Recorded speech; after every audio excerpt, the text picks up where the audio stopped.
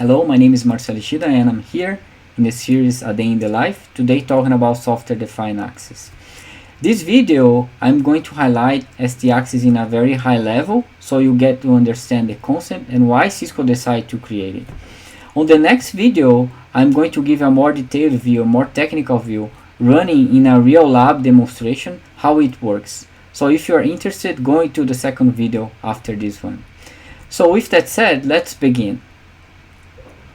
When you look at this picture, what you see is the exponential growth on the number of endpoints, devices and things connecting to the company's infrastructure. And not only that, it has changed in terms of types of devices. Now, instead of having only laptops, smartphones, we also have smart cameras, we have sensors, humidity sensors, we have temperature sensors, as well as IoT devices and things. And it's not only about connectivity, but also communication. All of those devices and things, they need to communicate with something. That's why they connect to their company's infrastructure. So the question is, are you ready to provide the best of breed solution to support that connectivity in a daily basis? To support your users in case they have any kind of trouble or problem? Do you have the right solution and tools to do that in a daily basis? Why is that question important? Because today, in the new normal dynamic hyper-connected world, that is pretty much what we see, and the companies need that kind of solution to provide the best of breed, not to disrupt their businesses, because they need the technology, they need the digitization, and they need that up and running 100% of the time. When you talk about connectivity and communication, it wouldn't happen if you don't have an architecture behind the scenes. And this picture from left to right is pretty much what we have seen from the past 10 years, let's say, on the common discussion. So how many buildings you have, how many floors you have, how many users per floor you have, and according to that answer, maybe you get to build your own architecture. From left to right, you talk about things like, okay, how many tiers we have, 2 tiers, 3 tiers architecture. If you go to a more logical discussion, what kind of protocol should we configure? Layer 3 routing protocols, static routing, layer 2 boundaries or layer 2 protocols like spanning tree. What if you have any problem like layer 3 routing loops, layer 2 spanning tree loops? How do you solve it? More than that, if you look at the security part of it, do you have firewalls? Are they integrated into those architectures? How they work? More than that, if I want to give a more granular control over the infrastructure, looking at the security, where should I position my access list? What kind of access list should I have? And more than that, look at the more high level perspective. How do you manage all this complex environment?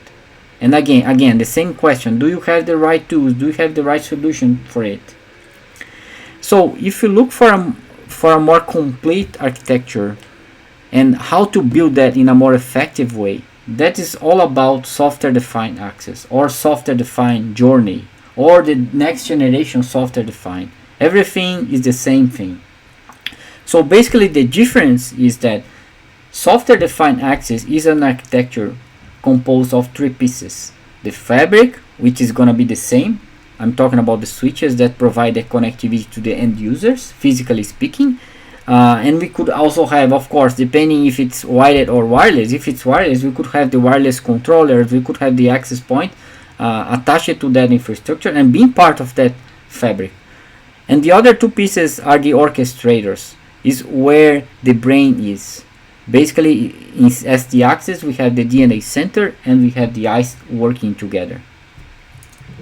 So when you talk about a software-defined architecture, what I mean is simplification, is automation, is scalability, flexibility, or providing all of those things at the same architectural level. And you don't need to worry more about, okay, should I configure layer 3 routing protocol here or there? Should I configure layer 2 spanning tree here or there?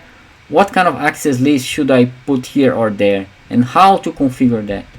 You don't need to worry about that because the big brains of the solution, DNA Center and I, is going to take care of that for you in a very simple way, in a single pane of glass.